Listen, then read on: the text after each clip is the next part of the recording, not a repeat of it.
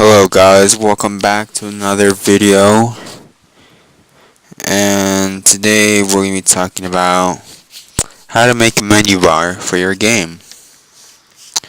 Let me just cancel. Let me just move this over here. So what you want to do is make an object underscore menu, then just create event and just copy this down. It shouldn't take that long. You can name these whatever you want. I just name them this. Start, continue, all select, and options. Then you make a step event, and then just copy down whatever you want to, and then just do draw event and just copy this down. Then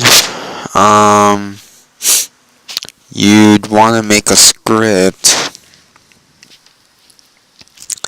and just press it right there. So script menu, you just pause it and just write it down, I guess. And yeah, I don't know why I did the script GML part. That's not necessary. So once you're done with this, hopefully you'll get this out of it. Hold on. Alright. Yeah, hopefully you'll get this. Start, continue, all select, and options. You can name them whatever you want. It doesn't matter. Alright. Thank you.